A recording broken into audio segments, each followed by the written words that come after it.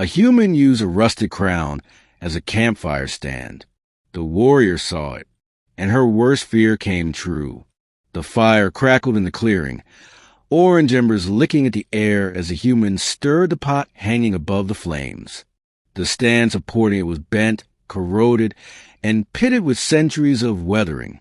To him, it was nothing more than a convenient piece of scrap he'd found while scavenging through the ruins earlier that day. But to Kavren, watching from the tree line, it was something else entirely. The warrior froze where she stood, her leather-bound fist tightening around the haft of her spear.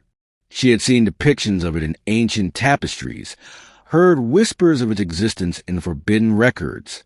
Even rusted, even dented, the distinctive flared tips and ring of carved symbols were unmistakable. It was the crown of Fe.HFY. It was not just a relic.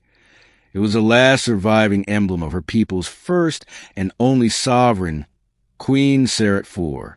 Legends claimed that whoever placed a crown upon their brow would awaken the buried war fortresses and call forth the Asher Guard, the deadliest army ever forged.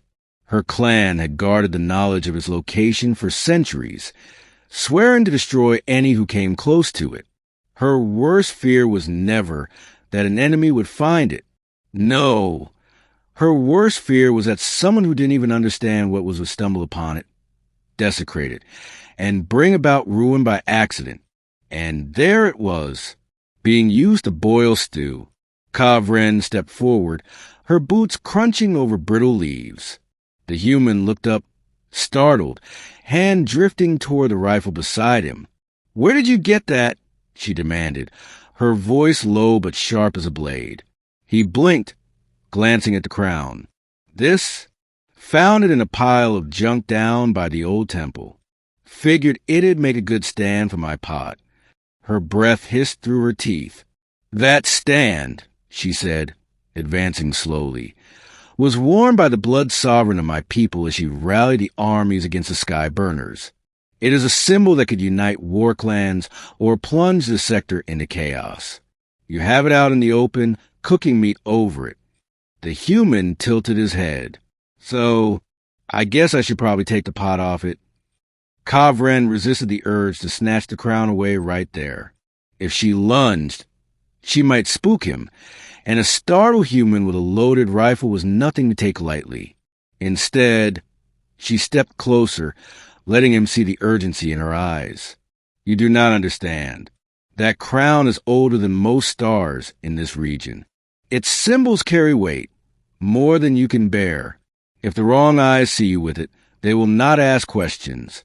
They will kill you, and if the right eyes see you with it." Her voice trailed into a grim silence. The human stirred his stew lazily. "You're saying this thing could start a war?" Kavren nodded once.